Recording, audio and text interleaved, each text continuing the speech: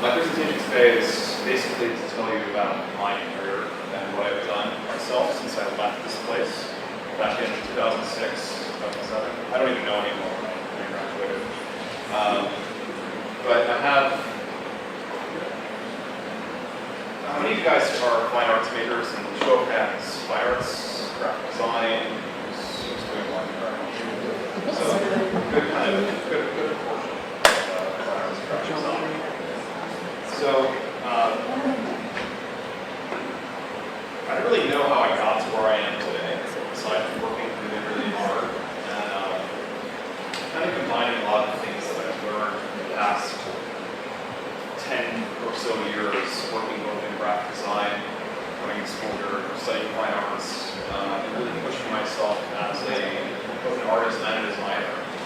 I found this has given me kind of a unique perspective on both the things that I work on every day, and also the kind of like just the world as a whole. Kind of keep myself inspired, try to learn how to do things I never thought I could do before, and continuously challenging myself. So while I graduated in graphic design, my actual profession is not exactly that.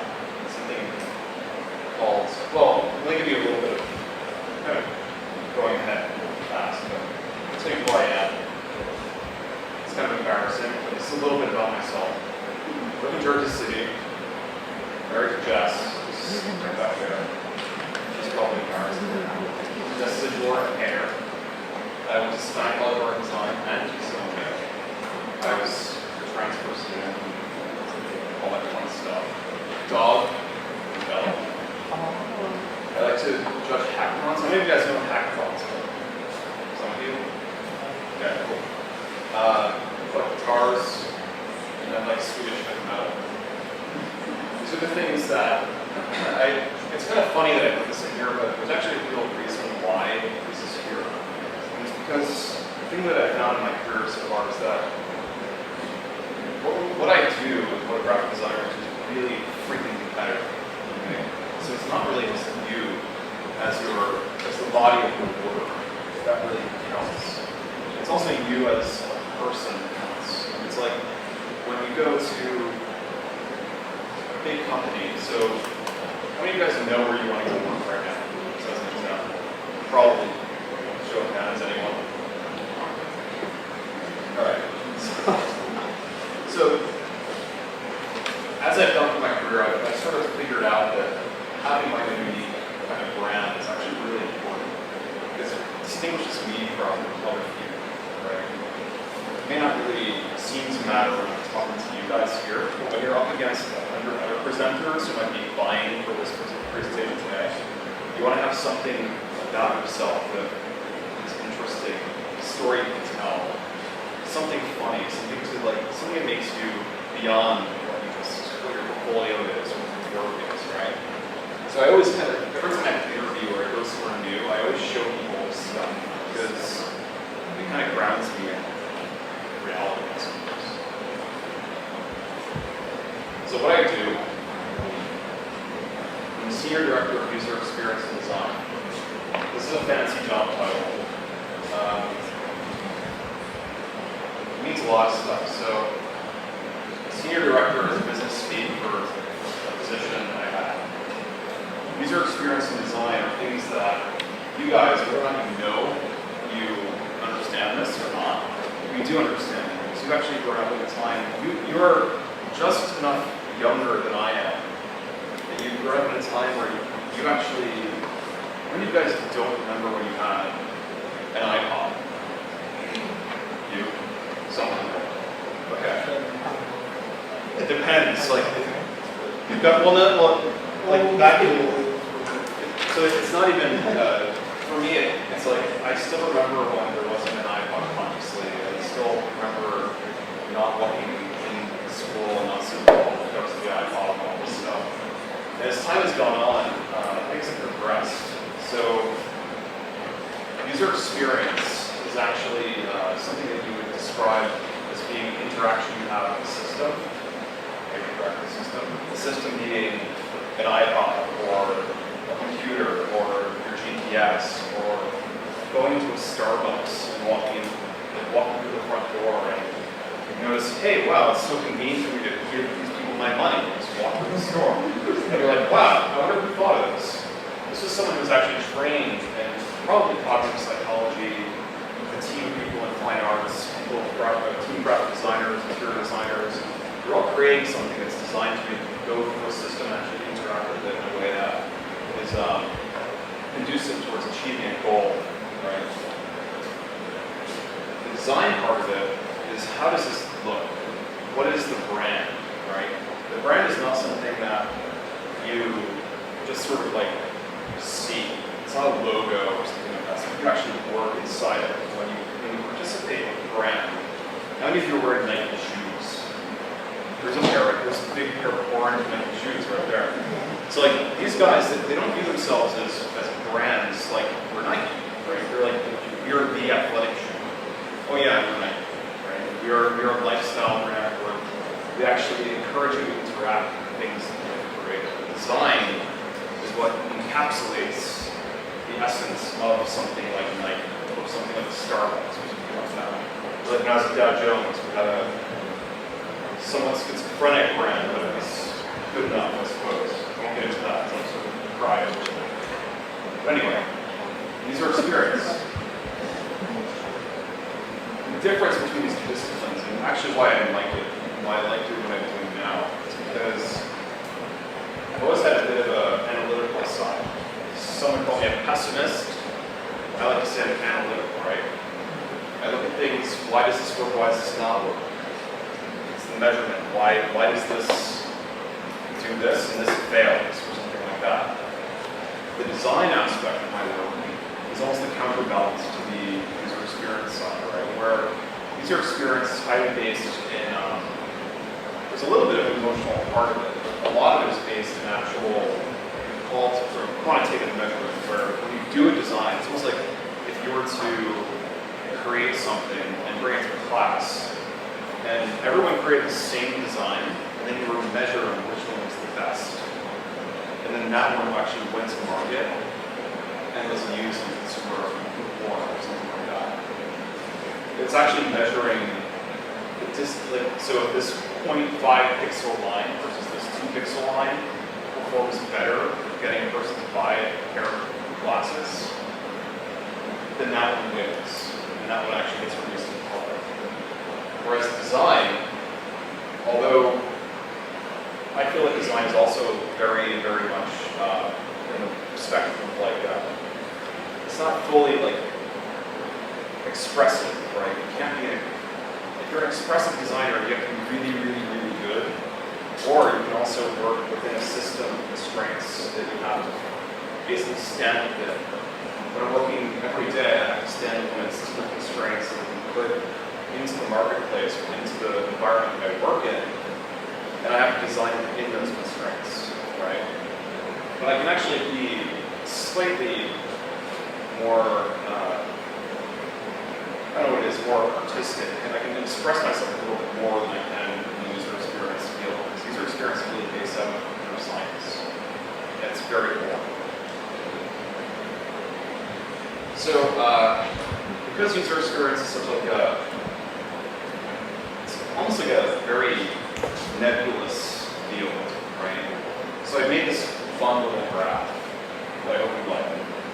So in the center, you've got software engineering, art design, cognitive psychology, business. So user experience exists in the center of that. So how many of you guys have, I hate using this example, how many of you guys have iPhones? Steve Jobs is spinning in his grave right now. He's like, I can't believe this guy's using me as an example. Anyway. But when you interact with that system, right, when you actually hold an iPhone in your hand, you're actually holding in your hand something that has been thought about, not just from a design perspective. You look at that thing, you touch it, right? There are 100 years of history behind it, right? 100 years of history behind an iPhone. You have bronze shavers, you have amazing industrial designs that have been going, have been created for years and years and years by Peter Rand, all these guys that Johnny Ive references as inspirations, right? These things succeed because they're designed well. succeed because and things that are designed well succeed because they actually play off of an emotional connection you have with the device or whatever it is that you're holding in your hand. So the physical, the weight of an iPhone, whatever thing that you find really interesting about how the buttons click, how you touch that home button is not something that's just like a cheap feeling of plastic crap, right? It actually means something to you on a psychological level. Right? So when something happens like today Apple released iOS 7. They significantly changed basically the whole user experience of the iOS, which sits on the iPhone, and Google is moving this as well. They do this based on studying, again, like I said, user experience is based on measurement. Right? You look at the behavior of people, you look at how they interact with the system. You actually can, if you're smart, you quantify what it actually means on a level that can almost be tied to the success or failure of something. So you can, at a point, this is where I'm at now, I can basically say to people that it's a pretty good chance that if you do this, you're not going to succeed in this goal that you're trying to achieve. That goal might be selling 500,000 units of advertising. It might be getting to download my iOS operating system a billion times or whatever. So I'm basically at a point where all of these things mesh together to create this kind of amalgamation of well-informed design based on human behavior that has a measurement behind it that actually has a tangible business success or failure, what we would call kind of a measurement of profit and loss. What I do fails, we lose money. And also it is significantly important to have background in good design, arts, and things that are not necessarily entirely measurable. Because if you do something based entirely on that, it's not really going to work. Because then you get something like the space shuttle, there's like knobs and gears everywhere. It's not actually biased towards a human-centered behavior. So I just kind of talked to you about this already, but user experience is not something new. It's something that's existed for, some people say it's been around since the 90s. I would say it's been around since the 80s, even before that, when you had people who are basically studying what's called human-computer interaction, or HCI. This is not something that you typically think about when you're studying graphic design, when you're thinking about brands, logos, whatever the medium is you're designing for. You're not necessarily thinking about how a person interacts fully with that, right? Like the iPad, and think of Star Trek, right? You look at the stuff in Star Trek, and that stuff was fantasy, 30 years ago. It's not anymore, right? These things are designed in Star Trek. It looks cool to see a guy touching a fake touch interface on a screen or something like that. But over time, the reason why they created that, what these characters interact with, it would be really cool if you actually do that. Because there's actually grounding of human behavior behind these interactions. And human-computer interaction, I know a guy who was doing this at NASA back in the 80s, right? HCI. It was considered to be a technical thing to do. And it was basically, if I land on the moon, where's the best place to put the knobs for me to actually turn so I don't kill myself when I step off the space shuttle? It's really an abstract reference, but hopefully none of you guys have found yourself in that situation yet. But it's really the design of a piece of equipment or machinery. It's a direct line to the iPhone or the Android or the thing that I'm using now is a computer. A lot of sub-practices, like I said, this has been around since the 80s. Over time, the discipline of user experience and design has splintered into a lot of different tendrils of granularity, where I can choose to focus on a specific part of the discipline rather than the entire thing. I might be focused specifically on the design of how menus open, or the design of mobile device interface, or if I'm doing something in a car, Mercedes-Benz 6 months ago was hiring user these are very niche markets within the specific market. It's a pretty booming industry right now. I would describe it as kind of a bubble, but that's because of my analytical side, the pessimistic side. I think that a lot of the industry right now is people are looking for a new way to spur growth in their businesses, and they're looking for a way to take something and become the next Apple, or become the next Google, or become the next Twitter, or one of these companies has a design-centered bias or core that they're trying to do to become the products they're releasing. So I made this video to design and help provide business decisions to be more customer focused. So this is something that I talk about this with people, executives that I work with, right? And I say to them, that shouldn't be, you have this political business thing going on there where this design cannot be executed. And therefore our end users can't perform an action that I know statistically is the most important for them to be able to perform, right? I know that if we do not launch a product with this feature inside of it, that you're going to alienate a large cross-section of our users, and you're actually going to lose money, right? This is like the epitome of, in my mind, it's kind of the coalescence or the convergence of design and engineering and business, to the point where I can actually win arguments by saying, if your design is not good enough, your product's going to fall flat on its face when you launch in the market. I can say that to someone, and they'll actually say to me, all right, well, let's rethink that. 4 or 5 years ago, if I'd done that, it would have gone, right?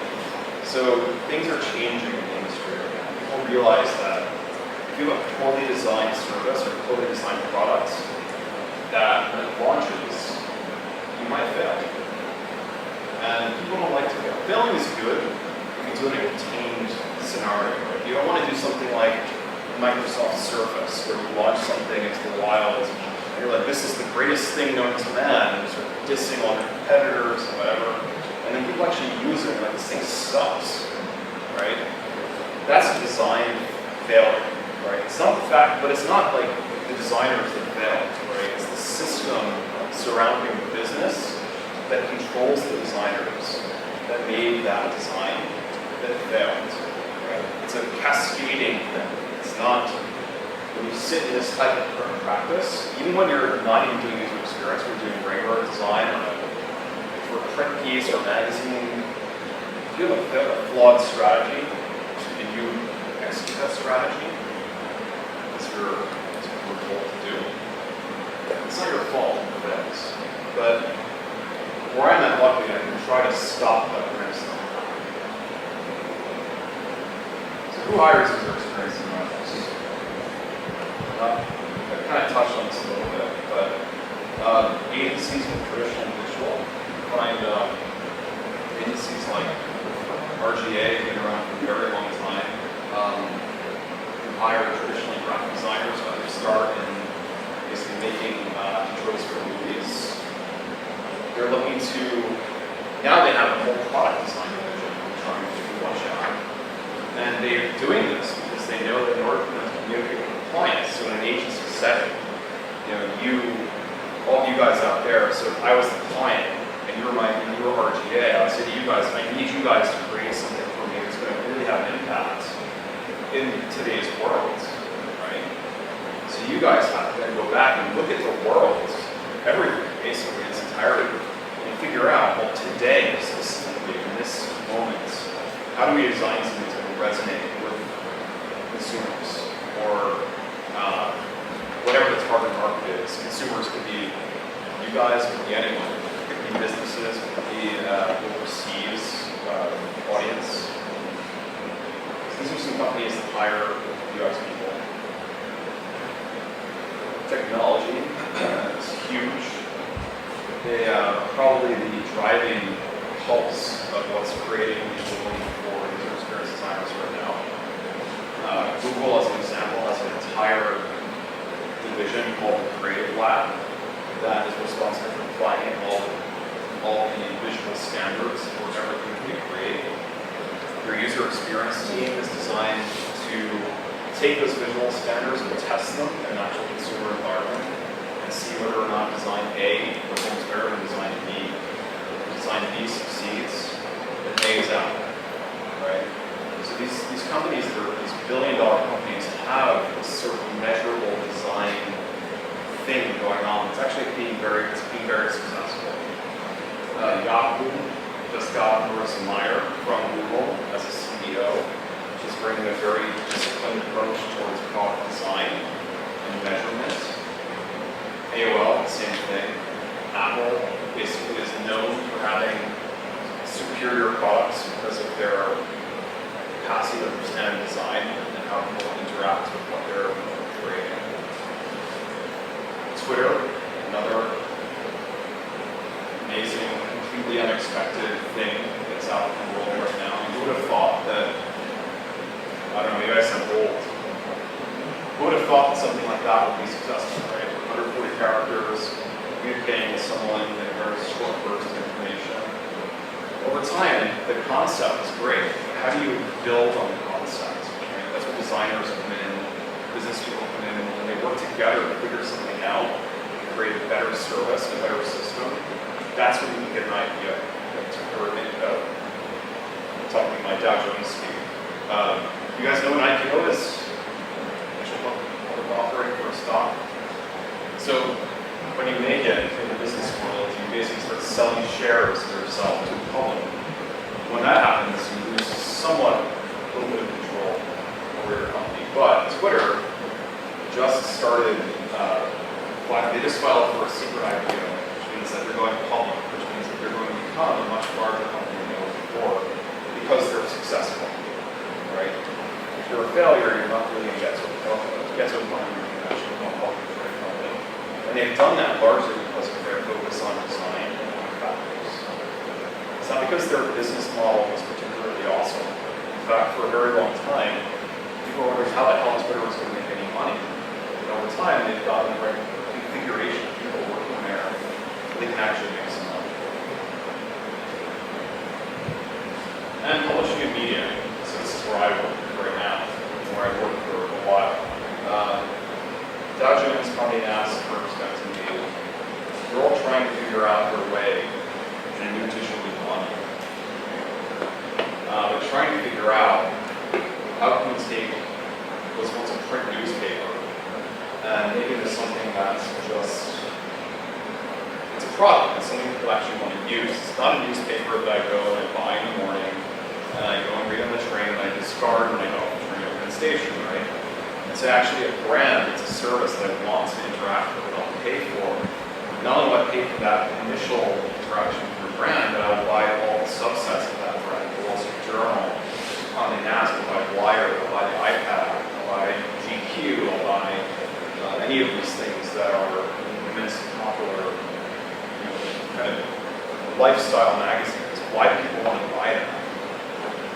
The content is brilliant, but it's a lot of times now becoming the experience of the content is more valuable than the content itself. So this is a very long paragraph. What I'm saying now is that good products, like I just said,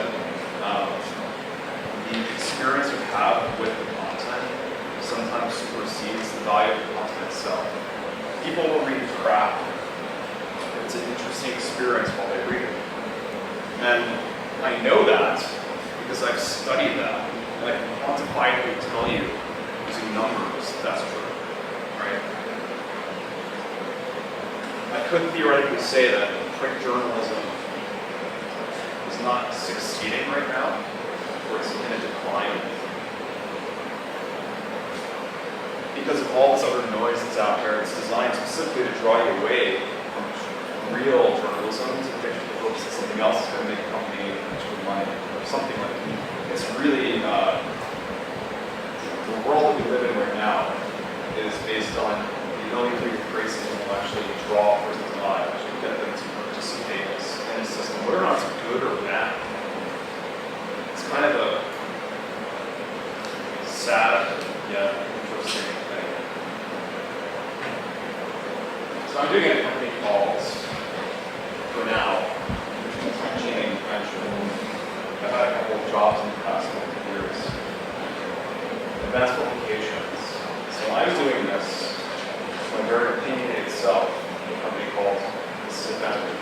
They're a conglomerate. They're a big media conglomerate. Advanced Communications is actually the biggest privately held media company that I know of in the United States. Okay. In the world? Yes, in the world. So they own Condé Nast, Advanced Digital, Media Group, Advanced Digital, and owned by a billionaire named Simon House, or S.I. House. Have you guys seen Double Works Product? Everyone? So Anna Wintour works for Condé Nast. Anna Wintour is the person that is the boss in Double Works Product. She's actually starting to run parts of Advanced Communications on an executive level, which is fascinating and developing. Highly diversified company. They own a lot of stuff. That's basically what that means. Often referred to as evil. How do I explain that? So when you're working in an industry that I'm working in, it's basically the digitization of print media. When you make decisions and you create products that actually are taking away, so a good example would be when Advanced Communications cut back the publishing dates in New Orleans from so New Orleans had a newspaper called Times Picayune, and this is a very, very popular newspaper that was read by a lot of people in New Orleans, right?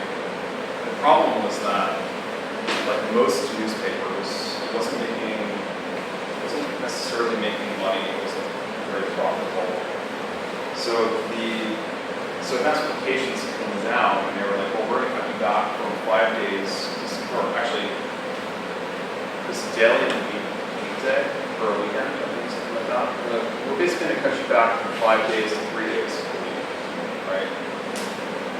And when you look at, like I said before, when you're designing something for consumption by a group of people, it's not just what you think makes business sense, right? When you're looking at New Orleans, you're actually looking at the demographic of New Orleans. You're looking at the ability of those people to consume content. They're one of the worst cities in terms of broadband access. There's a median income of like $20,000 a year. The average income for a person who owns an iPad statistically is $100,000 a year. So when you take away their newspaper, you're really dealing with a blow to that community, right? So when Advanced came in, they were like, we're gonna not publish your newspaper every week, but we're gonna give you a really great website that's going to actually accommodate all those days that we're not publishing it. There was a big, big controversy around this, right? So when you're in this industry, and it's not just user experience design and digital, it's the entire industry that we're in. A lot of times I found myself trying to design systems that are specifically created to actually make a job more efficient so someone else doesn't have to do it, right? So tangentially, that's why some people say that we're Advanced Communications is bad. This is the same thing about every big publishing house, Dow Jones, News Corp, whatever. There's lots to do, and my big aspect of the evil part is that what you do doesn't have to be aligned with what they're doing, right? So my saving, the thing that keeps me going is the fact that I know I'm not, what I'm doing is I'm actually trying to fix all these problems, right? I'm trying to make it so people aren't angry at us and don't be more people. And there are reasons why people think that. It's because the interaction they have with the brand is poor. The websites are poor. The experience they have when they call the phone to complain about something is bad. When they go to subscribe to your newspaper, something bad happens when they go to click on a button on the subscribe link or whatever. They just, and these little things add up and they cause you to hate something, right? Good design can stop that from happening. It's already started. But ultimately, you can prevent that stuff from happening if it's not happening already. So these are some of the properties that Advanced owns. They own Reddit, which is kind of fascinating. Curious. NJ.com. That's what I'm working on right now. So I kind of float around in this bubble across all these different things. So basically my job is to figure out, hey, if there's something from Epicurus, you can put it in NJ.com. Or if there's something from Kanye Nast in regards to fashion and regional fashion, put into a local newspaper. So how do we do that? How's it going to look? How's it going to work in our market? How are we going to interact? So what I'm doing today, almost literally today, although I make this presentation over the course of the past couple days, is I'm designing stuff like this. So this is an iPad application for Alabama, because that's a property that is owned by Advanced Communications. And this design is actually meant to create a valuable experience for people who subscribe to the newspaper, who are looking to not only look at the content in the paper, but supplement it with something else. So like the media feature. So you look at the newspaper and you're like, wow, this thing is flat. I've tried to play videos on newspapers and work, right? It works on the iPad. So we can actually do this. We can say to people, you may not be getting as many newspapers as you used to get, but we actually have thought about this in a conscious way. It's not something that's just, we can just cut your newspaper subscriptions back. There's actually a really good reason why we had to do that. It's very hard to explain. It's very hard to explain to people who may not understand the economics of it. But what we're doing is we're trying to do something even better for you. If you just try to use something that we've created to actually bolster the content of the paper. So this is curated stuff. This is like designed to engage an end user, right? Traffic, deals, all this stuff that you may see. You might get spam in your email about getting 25% off, like Pizza Hut or something like that. What we're trying to do is on a local level, take all these different business models and make them work inside of the new media environment. And take that new media environment and help it basically bolster the old media environment. And so on and so forth. So it's kind of a yin and a yang. It's not like it's not like newspapers going away. Newspapers not going away. But now you have this new product that's actually designed to provide you a more in-depth experience. It's just kind of like as if you're flipping down the iPad. Focus a lot on storytelling as well. So one of the things you can do with an iPad, you can't do with a newspaper, is you can look people up on Wikipedia. You can find quotes by people that are aggregated from Twitter using some kind of technological solution. You can pull that into your product. You can make something that's beyond just what's printed last night. Right? Make something that's actually current up to the second, millisecond, nanosecond. Right? So I'm telling you a news story, you can actually go in there and say, hey, someone literally right now, the big news story just happened, the shooter in DC, right? The news right now, the cadence of how these things happen is so immediate that newspapers have trouble keeping up. Something like this that's alive and it's connected to the internet, it's actually, it's like a living newspaper. These things can be updated on the fly. So if you're following a story, you can actually see what's going on.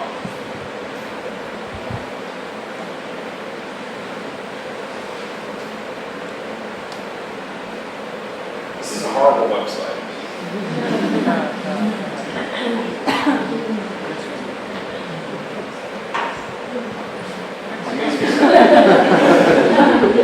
So what I'm doing right now, literally today, I was on a meeting. I'm not going to tell you about this, I'll make you all sad too. About NewJersey.com. And NJ.com is something you guys probably have visited. I don't know. I think you guys have visited. I don't know. It's probably everyone has seen it in some form or another. It's actually a really good SEO strategy. They're pretty well syndicated. So what I've been doing is taking sites like this and turning them into systematic, quantifiable data. So when you're dealing with people who don't necessarily care about design, you say, well, listen, you have this button over here. No one clicks on it, ever, and it costs you $100,000 to have it button. People are like, holy crap, you're right, right? So what this is, these are actually heat maps that we apply on top of the website to actually measure user behavior, right? So this is a service called ClickTail. What they do is they basically will show you how a person interacts with the website. When you think about it, it's actually kind of creepy. From our perspective, it's all totally anonymous. Like, I don't know that it's you specifically or one of you guys clicking on the site. We actually look at it in a massive data, sometimes 100,000, 500,000, a million, 1.5 million, 3 million visitors. We can get insight as to what they're clicking on our website. Not only that, we can also start deriving things that are basically like, is this ad working? Is this placement of this new feature that we've created? Are people actually engaging with it, or are they just ignoring it, falling by the wayside? So we break down sites like this, and we explain to people using data like this, and we say, listen, your site's bad, we need to redesign it. And then we do stuff like this. So this is taking this site before, after. So we're redesigning, this is the job site we're going to get on. And this is actually the next phase of that site. This is not the launch yet. The first phase is the launch, the second phase. So what we do is we look at not just what we have in our own ecosystem of products, we look at the entire world's jobs. So we're trying to create a site about jobs. Who's out there that's also doing that? We've got Glassdoor, LinkedIn, we've got Indeed.com, and all these competitors that we're trying to basically work with or compete against, depends on the day. And we keep creating things at least as good as what they have to offer. Right? So far we've redesigned this whole part of the site, and there's like the hangnail on top, just that header. It's just kind of sitting there. It's really frustrating. It won't go away. But it will go away eventually.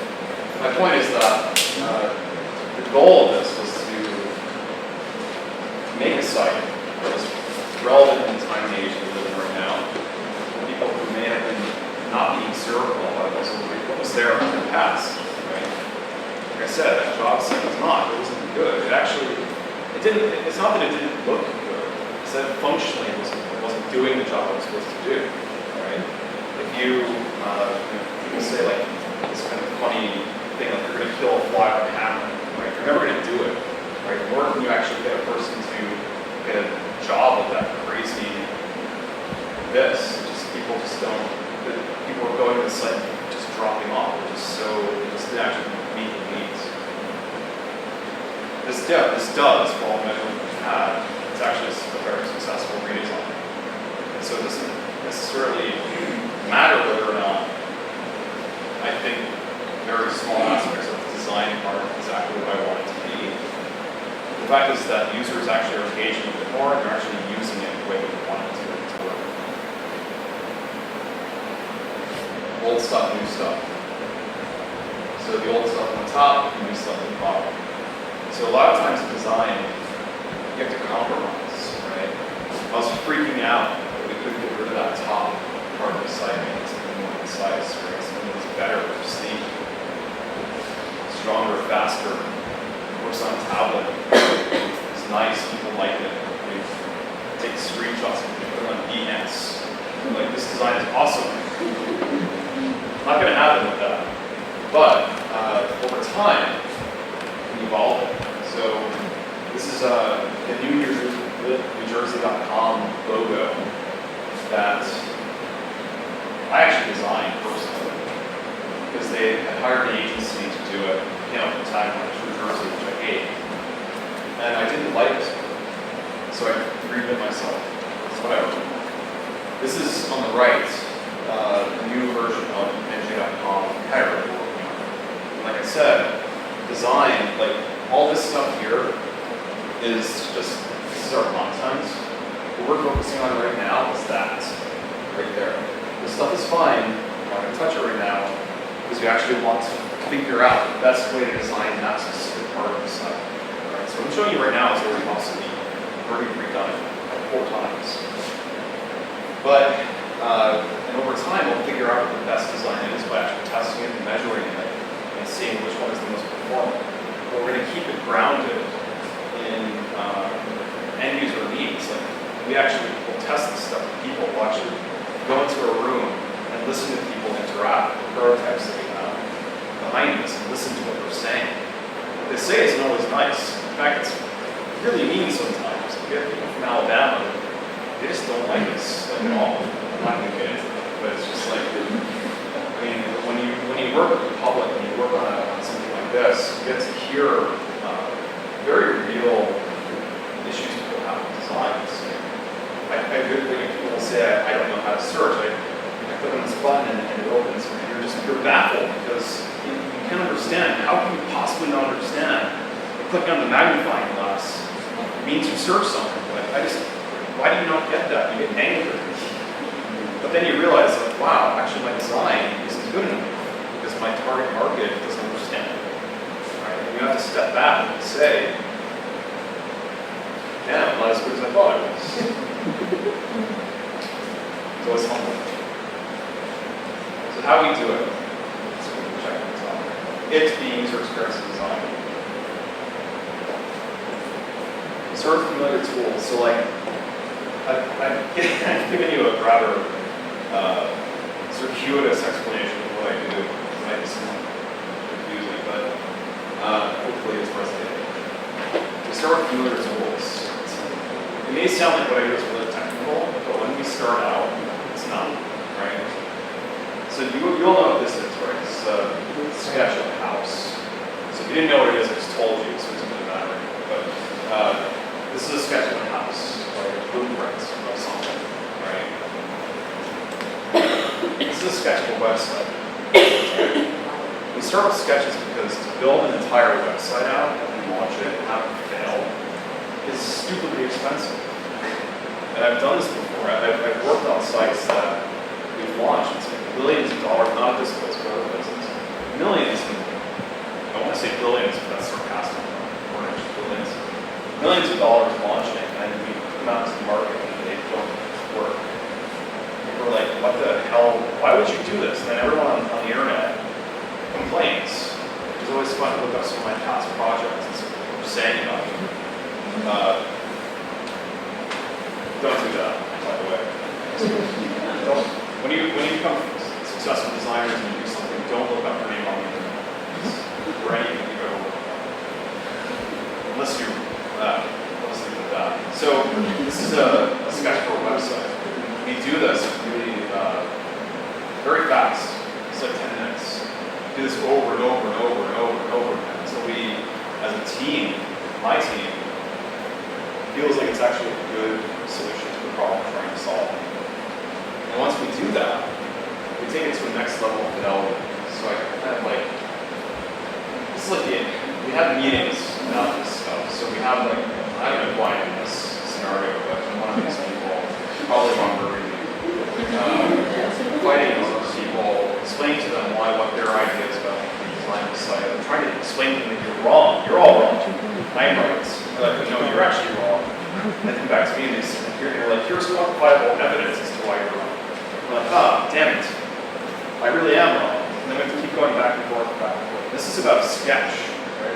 I'll literally be in a meeting where we have sketches pinned up on a wall.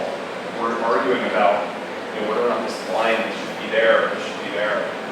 But it's a whole hell of a lot cheaper to have a discussion when you're sketching stuff out than just to build an entire website and which you find out what all we did is wrong. Right? So then we take it to the next level of fidelity, which is something like this. This is a blueprint, right? This is a fully realized blueprint. And what we do is something like that, which is actually a formalized version of that sketch that I just showed you. Right? So after we have like 50 meetings about whether or not it's right, we have another 50 meetings about whether this is right. And that's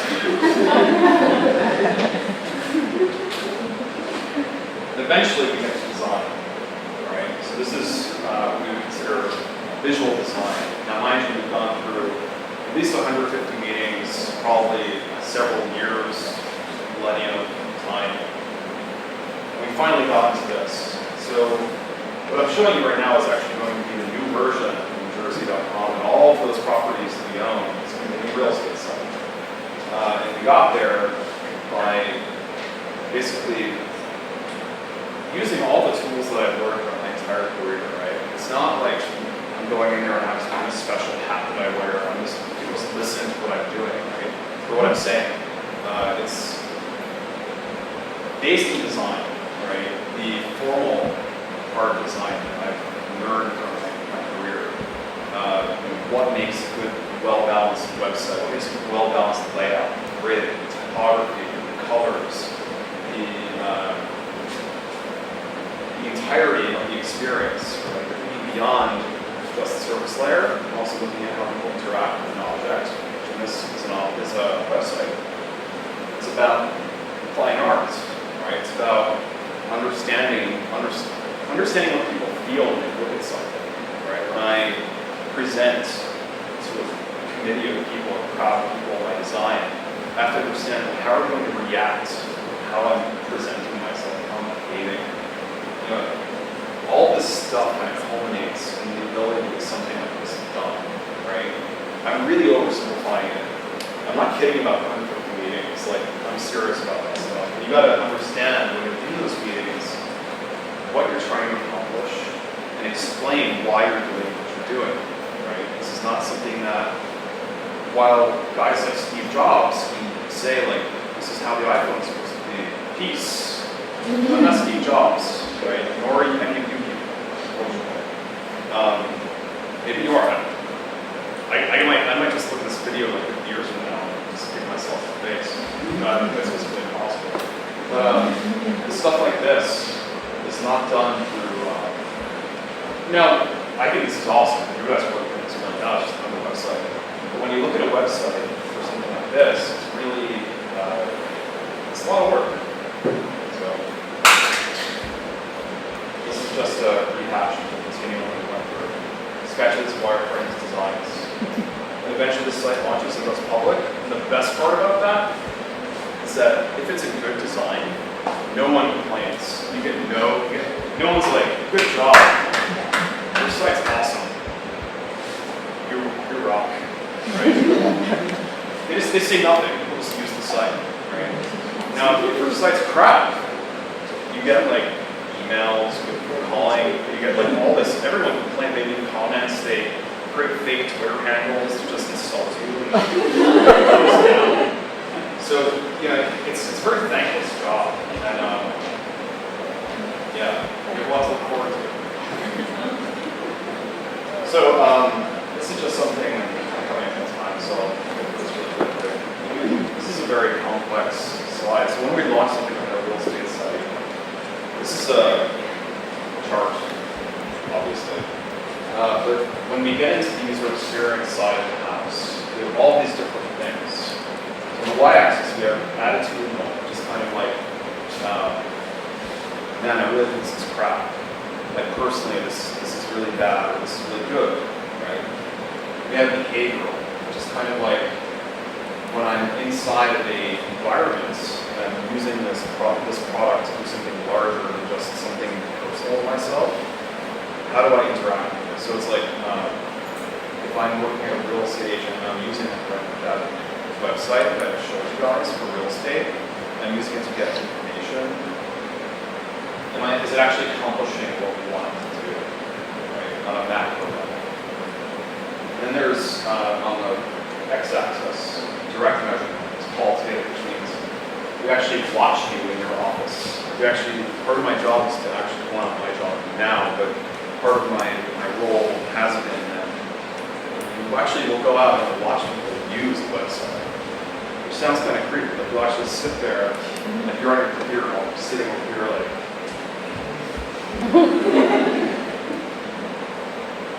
taking notes, which is really weird, but it's actually part of the disciplined user experience, where people will actually volunteer to sit around and have you watch them because they actually are interested in that. And this is a historical thing that's always been going on in this design products. I remember when I was younger, I used to go out with my dad.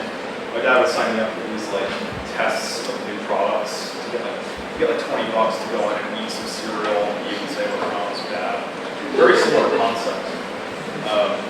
And on the other side of the spectrum here, up there on the y-axis, here on the x-axis, is that scientific work, right? This is the stuff that I will actually never be able to do. I'm actually like when I do measurement, I'm usually here, like in this kind of more emotive, subjective area. Now, companies like Google have scientists. They can't design this. What they damn well can do is they can conduct an entire spread of very quantitative surveys to actually measure whether or not a very specific demographic in this place, like in China, can actually use a very specific part of Google Docs, right? They can't design, they can tell you how to statistically derive that information around proceeding available. And that's kind of on this side. So data mining, analytics, A/B testing, which is what I've been talking about when you test one design versus another to see if it's successful or not. It's called A/B testing. The level of A/B testing now has gotten so complex that it's not really A/B testing anymore. It's more like A/B testing, where you might actually at any given time, when you're going to Google or Yahoo or something like that, you might be loading one of 30 designs that are tested, because you're actually part of a demographic that one of the scientists is targeted or tested. So you actually see a different website from the guy sitting next to you, because you're part of the I don't know how they do it. Well, I do know how they do it, but it's not a year from their power. So how I stay inspired, current issues in UX design. I don't really have time to cover that right now. It's something that I think you guys would be very well suited to ask questions about. And I have other things I've designed, which I don't really have time to go over. But this is another application I did at Dow Jones. Kind of interesting. Like, the reason why I was actually thinking about, should I have this in the presentation or not? Because it's going to make me talk longer than I actually want to. It's kind of what I do, even if I'm not trying. But this in particular, I feel like it's important to show you guys, because what I'm doing right now is very consumer focused. And I wanted to tell you that when you design things, you never know what you're doing. Right? I never would have thought that I would be designing an iPad application for an aggregator of 25 years of news content when I graduated college. I never. I don't know. What the hell is that? I'm like, but it looks nice, right? I mean, it's not bad looking. We did stuff charts in the United States, the globe, and numbers. Plot stock pricing versus news volume. So Barnes and Noble. The point is that I'm not going to. I mean, as I get older, I can actually pick and choose some of the things that I work on, whatever. I don't even know if I ever get stuff going, but this stuff, when I worked on it, I would have talked to you another hour about this stuff if I hadn't talked to you 4 years ago. Right? This is like a whole other body of my work that it's in my head now, but it's kind of in the past. So what I'm doing right now is all the advanced qualification stuff. But you can talk to me, like I said before, I was doing finance, news, all kinds of stuff. And I learned a lot about that industry while I was there. And it's something that, in hindsight, I always am like, man, I should never have done that. I should never have done that. I wasn't pulling out the information that I learned from that job. And it doesn't really matter whether or not you're looking at consumer or business, or the end goal is just to create something that's really nice for people to use. So my audience for this is different than the audience for NewJersey.com. In fact, clearly 180 degrees different. Like, demographically, completely different. But from a design standpoint, you have to have the tools and an emotional understanding of how people interact with computers and objects and things like that. You have a maturity about how you look at this stuff. It's informed by not just what you learn in school, but what you learn in your career, what you learn growing up with your parents,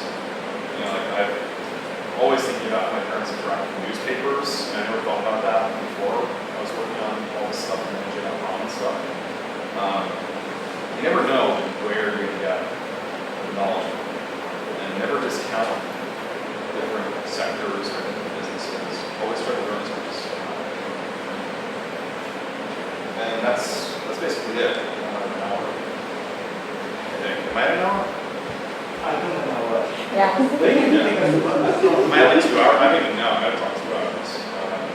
So, do you guys have any questions about this stuff?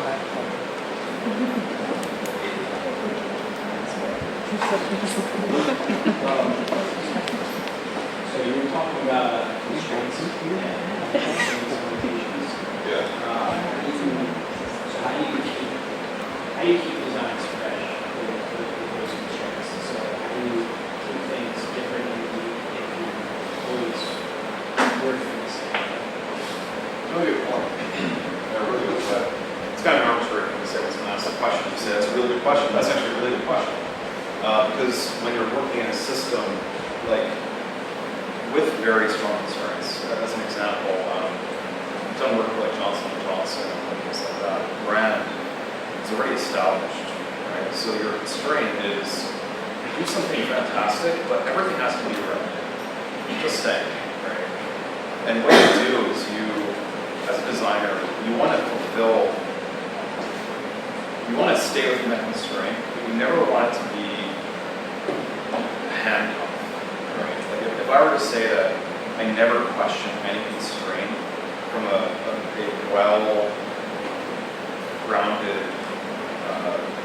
even sometimes research angle, to say, well, I know that your constraint is like this, but we thought of maybe tilting it just a little bit to accommodate this, because in the next 6 months, statistically, you might need to have that, right? You might get shot down, even your suggestion might be completely shot to hell, right? But at least you brought it up, right? And you were the one who you were thinking about that when no one else was. They were either afraid to bring it up, or they didn't think about it, or they just didn't care, right? So when you're working with the constraints, you want to make sure that everything you're doing falls within that constraint. Number one, that's the number one priority. The thing I can't stand, now how I run my own team, is when I would ask people to do something for me, not just within the constraints, but then also thinking about the next phase of what we're going to design. And then they would come back with me with nothing but the next phase and say that the initial constraint is incorrect. That's not the way to go. Right? You want to make sure that we are, at our core, trying to create innovation through design, right? If you are unable to accommodate someone's request within a constraints and actually work within that, you just go outside of it, you're not succeeding as a designer, right? So what you've got to do is take the constraints, and you've got to basically look at, like I said before, you look at the worlds. Right now we have all this crazy stuff like dribble, behance, all this discourse around design, not just in New York or California or whatever. Look at what other people are doing. Look at all this stuff around flat design and all that stuff. I think it's all, to me, I'm like, it's just kind of noise, but it's interesting to read about. And you want to see, like, what's the next phase of where I can take this concern? Or where can I punch the walls that get to bend out slightly, just so people remember me as that person, or potentially can influence the trajectory of progress. Right? I don't know if that actually answered the question. No, thank you.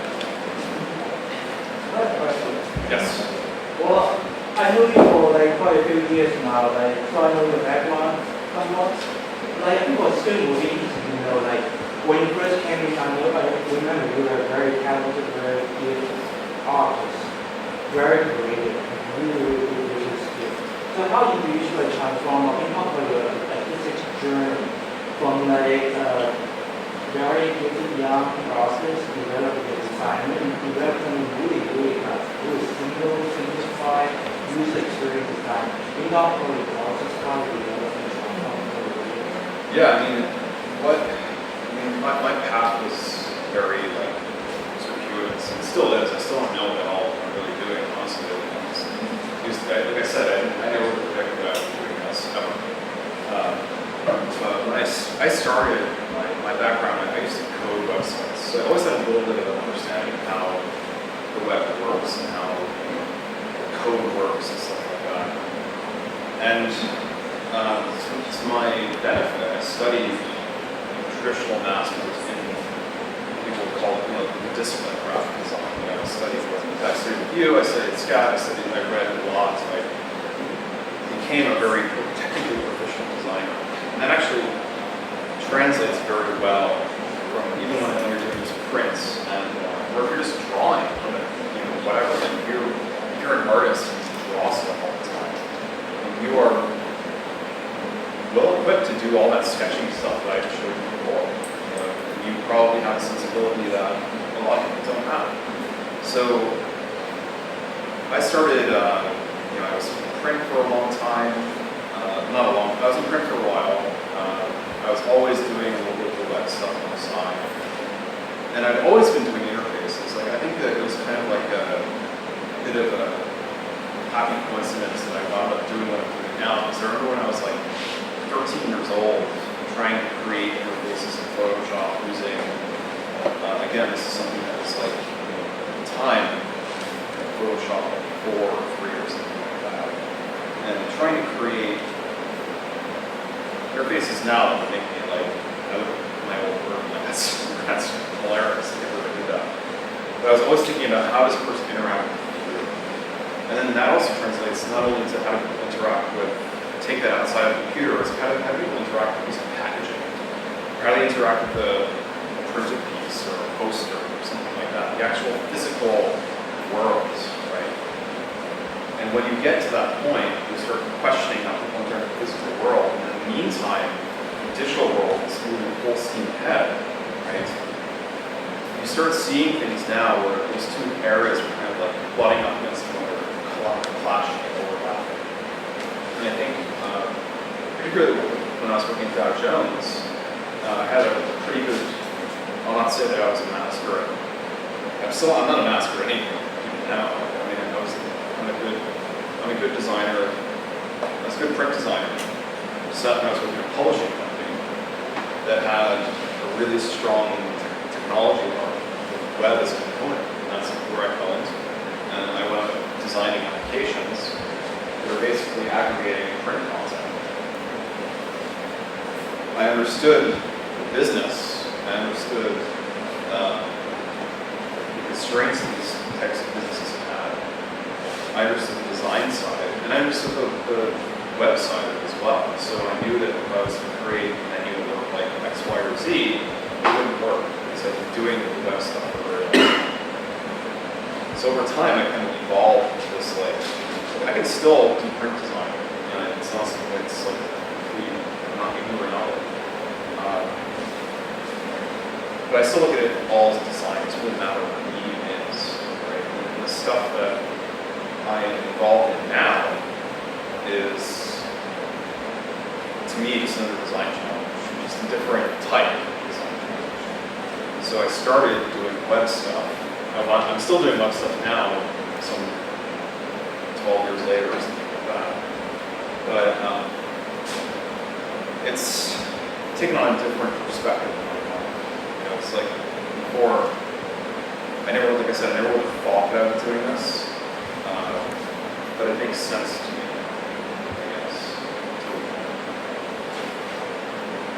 Again, I don't know if I actually answered the question.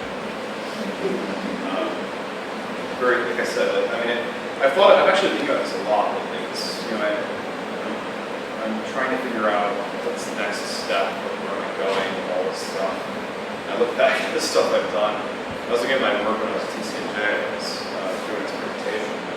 And I was like, wow, that stuff was pretty cool. I should get back into packaging or something like that. And I'm just like, but I've committed so much time to this stuff now that I probably can't turn back barring some huge life-changing event or something like that. What's funny was that I was in my TCNJ portfolio on a Chinese website that stole all my works. And they were reposting it on a Chinese design site. And I was like, what the hell? I never really knew I had that stuff on the web. They found it. It was very strange. But I know some students, they are really interested in doing like web or like interactive design, but they are afraid of doing like script or doing language. Yeah. So what's your suggestion? My suggestion is basically, for me to do what I'm doing now, it would be impossible for me to not know what JavaScript is, what HTML is, what CSS is, what Objective-C is, Coco is, all these technical things that, like I said before, I knew about them from the very start, even before I was out of elementary school. Right? If I didn't have an understanding of how that stuff worked, I don't think I would be doing what I'm doing today. Because still to this day, when I'm working on a place like advanced applications or even Dow Jones, I have to be able to talk to people on a level of like, I don't have to do the code myself. Right? I don't have to code things out, but I have to understand what the limitations are of the medium that I'm working with. Like, it's not unlike, you know, if I'm trying to get a 4-color press, a flood of bluing to knock out white on a very fine typeface, it's probably not going to work out because the typeface is too thin. Because in that medium, it's just not going to work. Right? I have to understand now with the digital medium in the same way there's some constraints of that platform. And the thing is, the platform is constantly changing. Right? So part of my life is just like I always buy the new iPhone. So I always want to see what's new. And I'm always reading blogs and stuff like that. I'm also looking at design blogs and other things. And when I look at tech blogs, I'm looking at it from the perspective of I have to know how to build my own iPad. I'm thinking about what can I do from a design standpoint on that medium that maybe I couldn't do literally 2 months ago. Because that's how fast the changes are going to come. So my advice would be you don't have to know how to code, although I highly suggest you get a basic understanding. Because you want to be able to talk to the people who are executing your work. Right? The engineers that I work with are like having a, you know, if I was to go to have a print piece done, it's like having a genius running your printer who's constantly questioning every design decision you've ever made.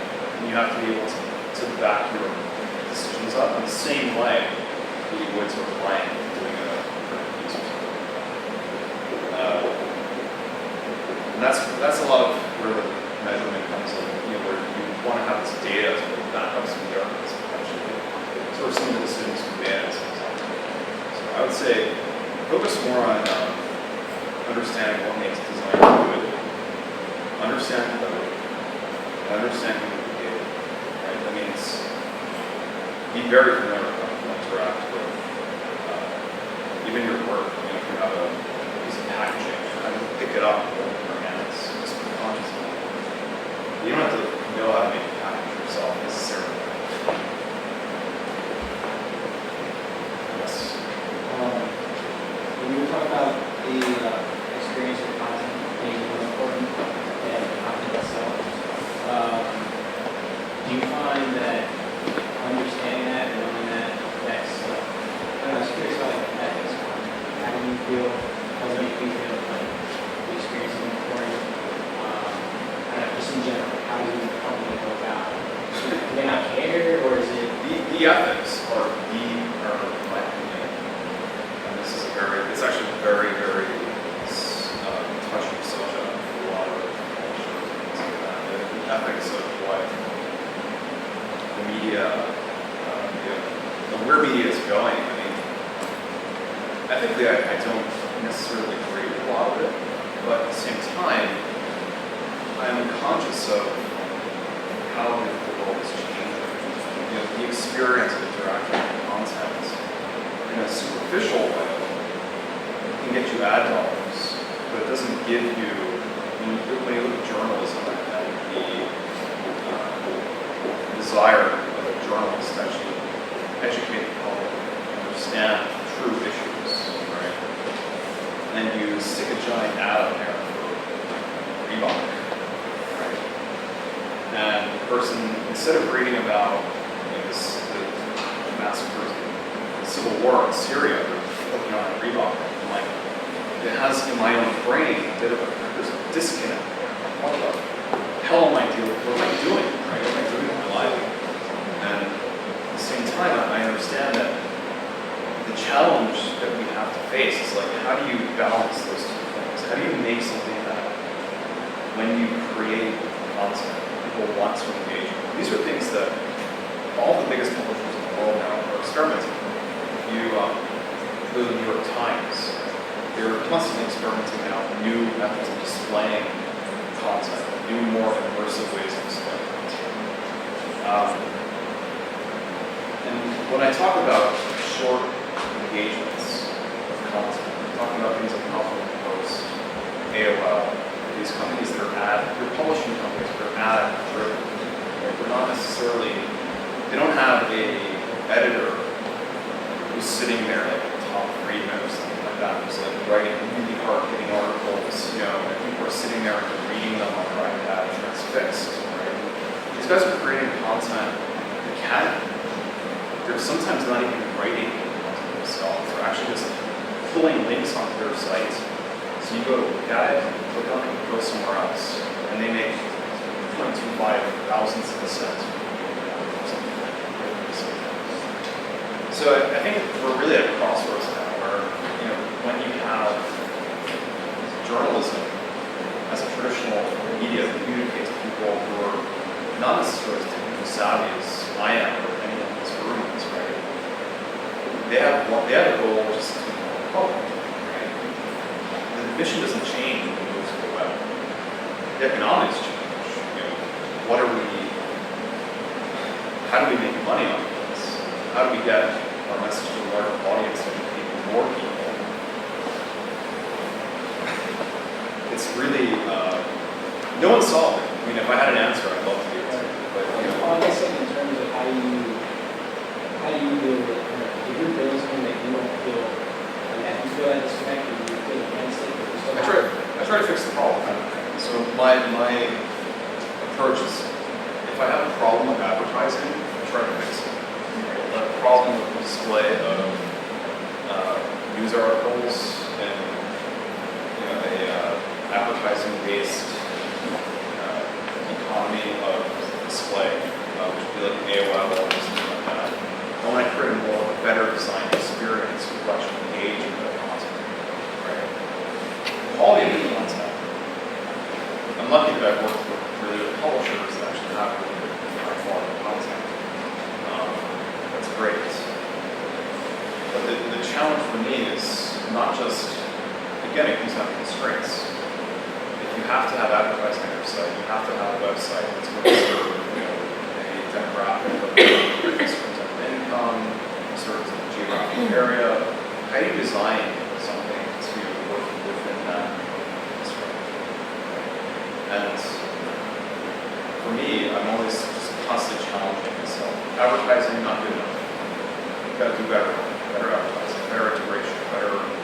So it's not as distracting, but it still gets the ad dollars that we need to keep the site running. Or taking an article, making it really a lot more engaging than just text on a page. You're not doing that for just one article, you're doing that for every article. So how do you do that? I don't know. Figure it out eventually. Really, and so I deal with it by challenging myself. And it's probably not sort of the best solution because I'm getting older and I'm actually 15 years old. So it's sad, I guess. It's really a challenge.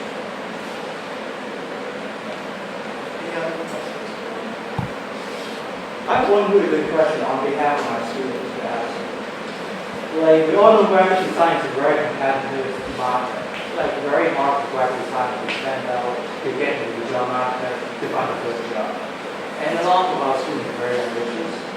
What is your best suggestion for them? How do you like suggestions to prepare themselves in terms of the portfolio or outside the portfolio?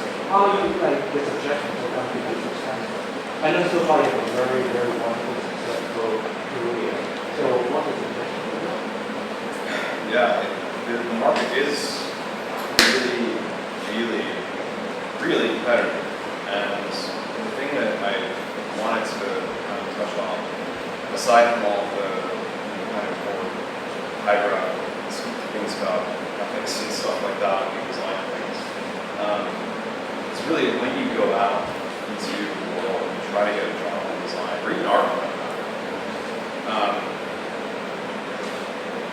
it's becoming increasingly important to explain to people. It used to be like when I would go on interviews when I was for my first real design job, I wasn't working at someone's garage or something like that. I would just bring my portfolio.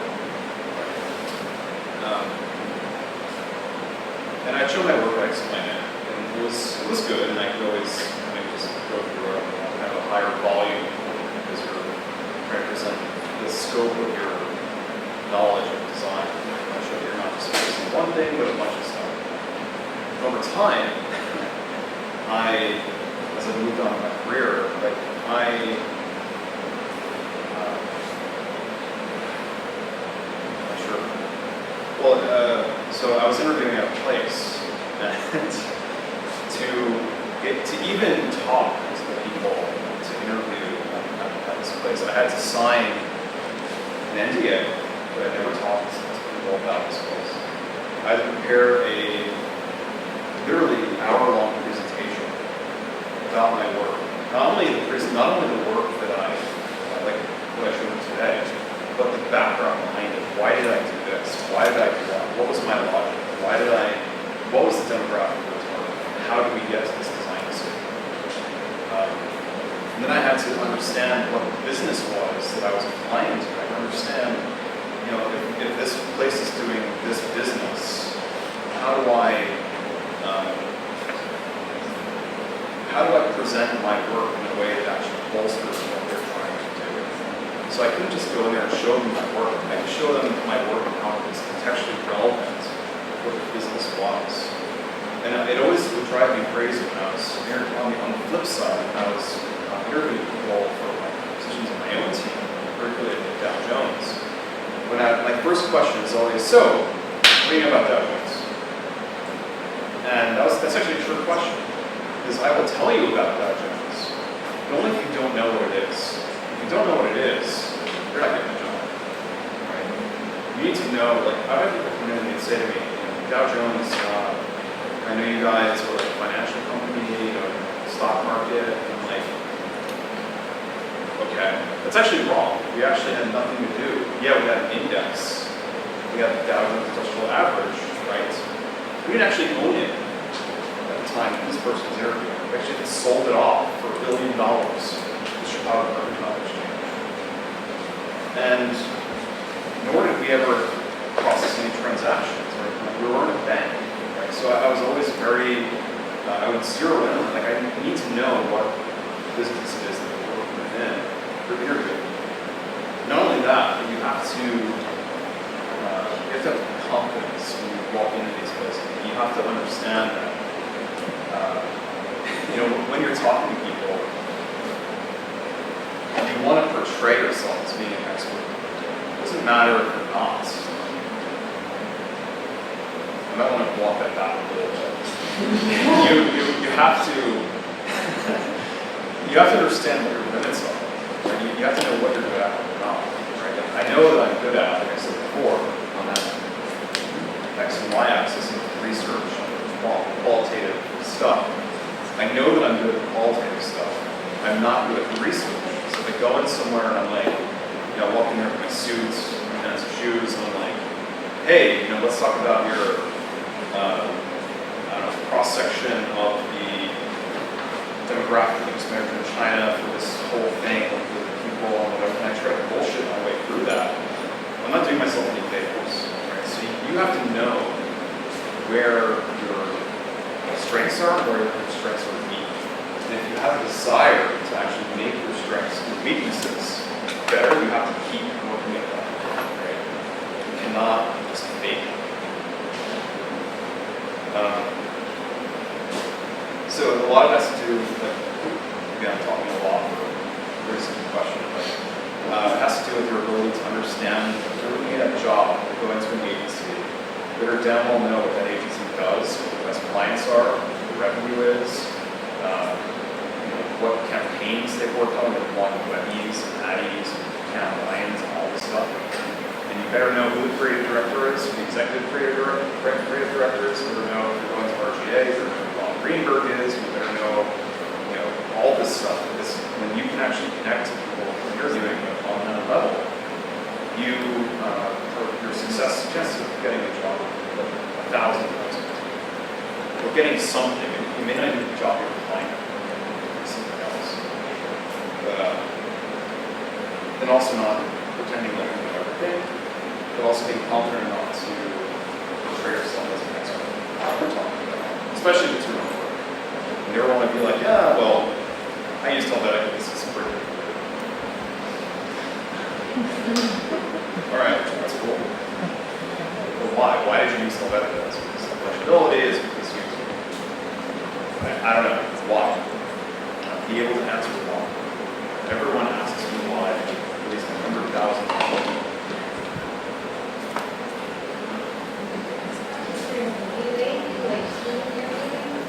Yeah. Yeah. So the presentations I've had to give have been. So the question was the interview environment. When you're looking for a job now, even if you're a junior level person, you are interviewed not just by one person, but potentially by like 5 people at the same time. And then they're all asking you questions. You're presenting, you're trying to field all the questions. Then you leave that interview and you have to go for another 30 minutes for every individual on that team. It's very much part of the environment. And then they may all like you, and then they go back and people don't even really, depending on who you're at, they might have a numerical ranking system of whether or not they like you or whether or not you're fit for that specific position. So the end decision may not even be qualitatively you're a good fit. It's actually, well, you're a 15 now, and we need a 17, you're a 15. So that. It's tough. But it gets harder as